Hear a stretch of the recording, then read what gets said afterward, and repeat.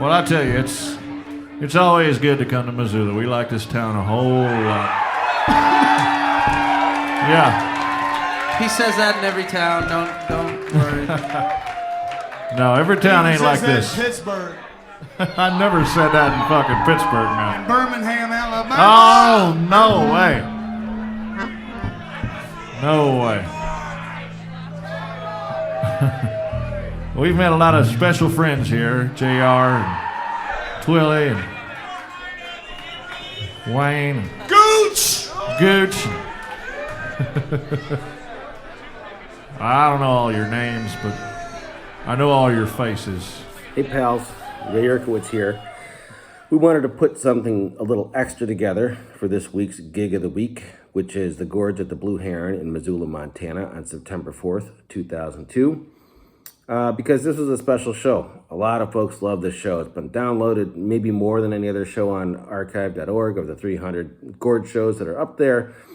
And, folks who are there, someone like Duck, who's seen hundreds of Gourd shows and recorded hundreds of Gourd shows, you'll hear him say it later. It's his favorite Gourd show of all time. So it was a special show for that reason. But, it also took place early in the Gourds' legacy in Montana. So these shows, these Blue Heron shows are really important to creating that Gourds community in Montana, which is pretty legendary. JR brought them back to Montana for these Blue Heron shows that took place in 2001 and 2002. They'd been to Montana before. They played at a place called Jay's Upstairs in Missoula in 1998, and from what I hear, there was nobody there. Joe Ryan, photographer, has some photos from that show. They're not up right now, but I've reached out to him to get them back up there. But nobody came. They come back a couple years later because JR brings them, and he brings the crowd too. And suddenly people figure out, holy shit, this band really resonates with this place, with Montana, with Missoula, Montana in the early 2000s. So I wanted some folks to come and talk about that experience of the Gourds playing Missoula around that time, because it was a special thing. I had actually seen them at the first Blue Heron show they played on Valentine's Day of 2001. That was my first Gourds show. Some friends invited me. I didn't really know who the Gourds were. I'd heard Gin and Juice, of course. I thought, yeah, this sounds like fun. So I went. My date had a broken leg. So we sat at a table while people danced like hell all around us. I remember, besides that piece of it, just being like, who the hell are these guys, right? Kevin's up there with overalls on and no shirt, cutting a rug. And Jimmy is his normal weird self, which I come to realize later, but I'd never seen somebody play bass like that while singing and just being so outrageous. Just being Jimmy, but Jimmy's a fucking unique thing, right? One of a kind. That show is important to me. That time in Missoula is important to me. And so I wanted you to hear from some folks.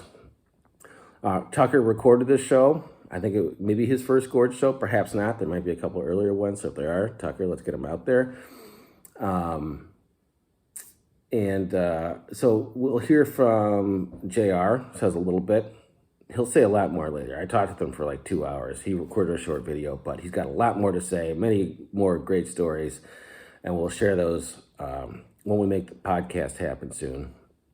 But you'll hear from JR, you'll hear from Kevin, and Duck talks about this too. He made the trip up from Texas. So there's some good stories, but I hope you enjoy all this. We'll see you soon. I forgot something.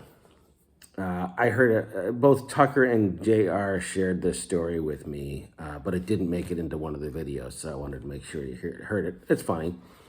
Everybody's having a kick-ass time at the show. You can hear it in the recording, the band, the audience, and they didn't want it to stop, but it got late. House lights came on. Club owner says, that's it, you're done. JR is a promoter, so he gets up there and starts talking to the guys like, hey, that's it, you're done.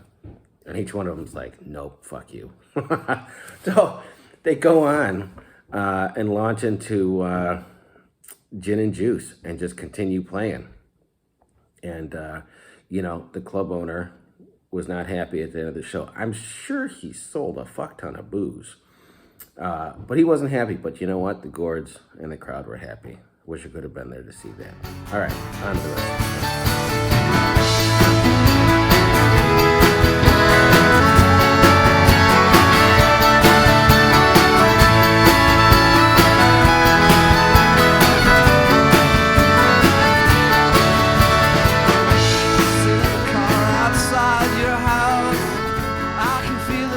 Hey y'all, how's Gourds Universe doing out there? Ray asked me to say a few words about the old Blue Heron shows in Missoula in 2001 and 2002.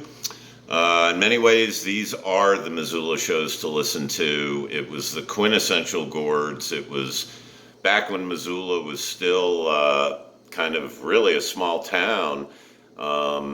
And the spirit of the Gourds in Missoula clearly comes through on this recording. Thank you to Tucker. It's also where a lot of the kind of Missoula Gourds mafia started to come together. Tucker, Al, Charlie Brodell, Gabe Longoria, Daniel Covington. It's where I met the Farleys. I think the Naughtons might have been in here. And the one and only DuckTaper I met at this show. He came up to Missoula for it. So, if you want to know what the Gourds were like in Missoula, Montana back in the day, this is the show. And hope you all enjoy it. And again, kudos to Tuck for getting this done. Later. Oh, by the way, weed's legal in Montana now. So, blow me. Our candles are in danger, the way we carry them. So keep your matches handy and wait to see it when the ghost of Hallelujah they trickle through the wall. Brandishing. What's up? Well, the Blue Heron in Missoula. I mean, all those shows sort of blur together to me. I can't remember specific shows necessarily. I do remember this particular show. I think it was the first time I met Tucker. I remember him setting up his recording gear to record the show, talking to him and thinking, this guy's on the ball, man. Pretty serious dude. And I thought, wow, he's one of those dudes, one of those tapers, and I saw it as a good thing, that somebody like that show up at our show and record it. So little I know, he was one of the Missoula Mafia that will become dear friends for life. It's funny to think back. I can remember various shows. I remember one night Blue Heron, walking out of the Blue Heron, and the snow started falling. These giant, light, fluffy, giant snowflakes. I'd never seen anything like that. Being a Texas guy, you don't see snow like that. So I remember just that being a magical moment, and seeing this group of girls dancing down the street together in the snow after the show. They had been at the show and they were all sweaty and there was snow and they were skipping off together. And these young dudes, Missoula boys, like in a corner huddled, laughing and smoking, talking shit. And we all fell in love with Missoula. And it had a lot to do with those Blue Heron shows. I can remember one Blue Heron show, this might have been the same show, where the crowd was rocking so hard and those PA speakers were just wobbling, man. They were moving. It was a little bit scary, a little bit dangerous, a little bit exciting, Cash for Junkers. I remember Cash for Junkers, a great band, used to play with us there. Man, I remember there was a cat that worked there. I can't remember his name. Black guy. And I remember him making a joke about being a black dude living in the middle of Montana. He said, I'm like a raisin in a sugar bowl. I thought, what a beautiful piece of poetry. And a lot of those experiences led to a song of mine that I wrote about Missoula called "Oh Missoula," and it's just a love song I wrote to Missoula, and a lot of it stems from those Blue Heron shows. They were some really magical times when we fell in love with Missoula, and maybe Missoula fell in love with us. Nice memories.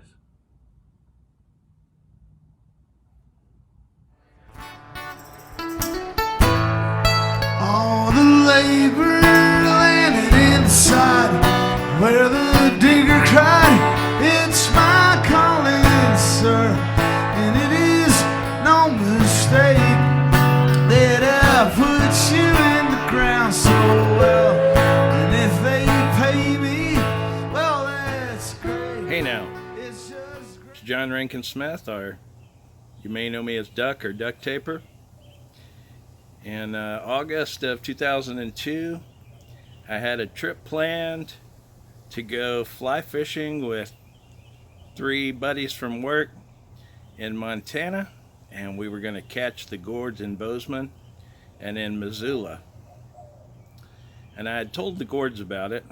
I taped them regularly at that time, and it all fell apart at the last minute. Two of the 3 guys had emergencies. Trip got canceled. It was just unfeasible financially for 1 or 2 of us to do it.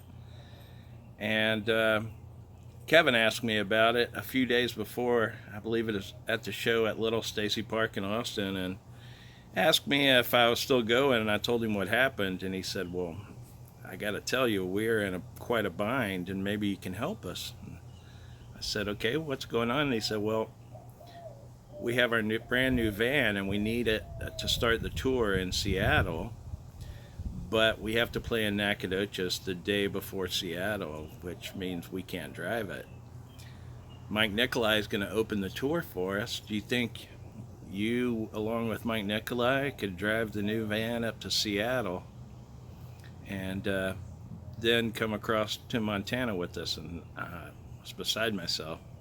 And so our trip started at the Steamy Bowl, and we left in the mid-afternoon and had 3 of the greatest days, Mike and I driving across the country. For me, it was like a Jack Kerouac moment because I had no cares in the world, and was getting to see the mountains of Utah, and it was just a beautiful thing.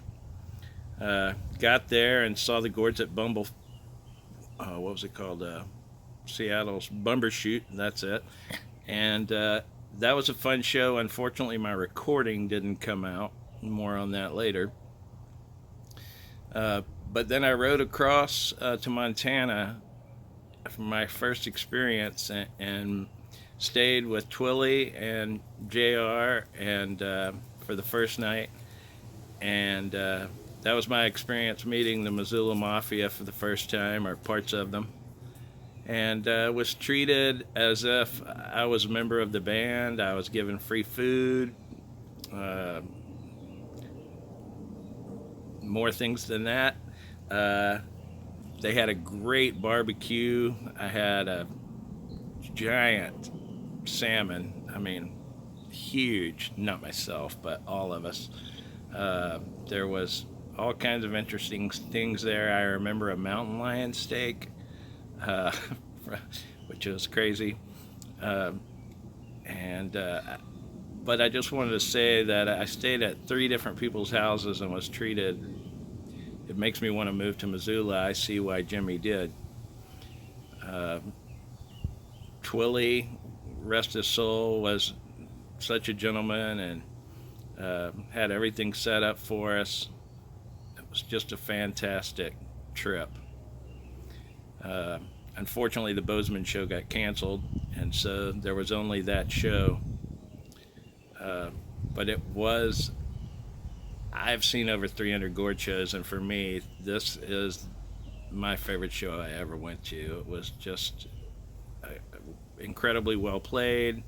I loved Nikolai sitting in the second set for a song. I'm Going Down, just fantastic cover.